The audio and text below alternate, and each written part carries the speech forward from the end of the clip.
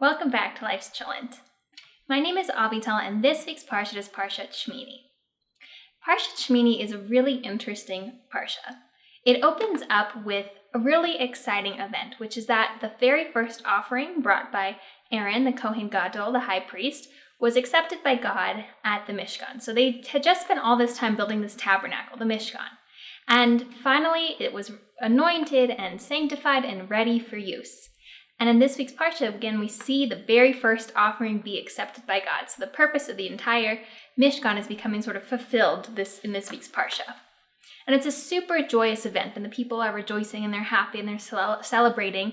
And then right after, the next thing that happens is that two of Aaron's sons, Nadav and Avihu, they bring an offering that is not called for. And for a number of reasons that are sort of hard to understand, though they die sort of performing this service.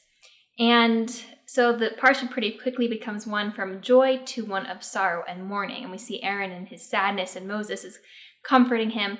And it's a hard Parsha. It's a hard thing to look at, that sort of dichotomy from the happiness to the sadness. And then the rest of the Parsha focuses on the laws of kashrut. Kashrut being the foods that we as Jews are allowed to eat and the foods that we're not allowed to eat. So sort of the Jewish dietary laws. And when we look at kashrut now in 2023, it can be hard sometimes to relate to the concepts. Because while many of us maybe keep kosher fully or to some extent or in style, or we at least know what kosher is, the specifics that we sort of see in the Parsha can sometimes be hard to relate to the concepts. If you aren't somebody who is sort of devout in your Jewish legal practice and just doing it because God says so, it can be hard to understand the logic of following the laws of kashrut when it's talking about animals that we've maybe even never heard of and telling us which ones are clean for us to eat, which ones are unclean for us to eat, and which one the Torah goes so far as to call abominations to eat.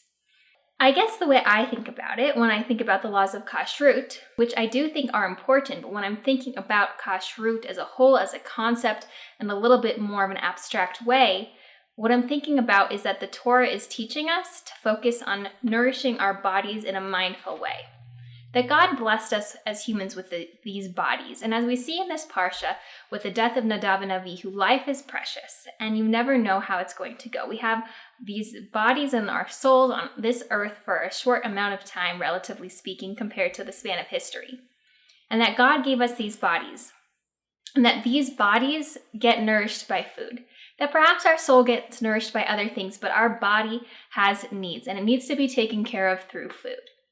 And that there are some foods that are going to be good for nourishing our body, that are going to give us energy, and that are going to allow us to do the tasks that we need to do.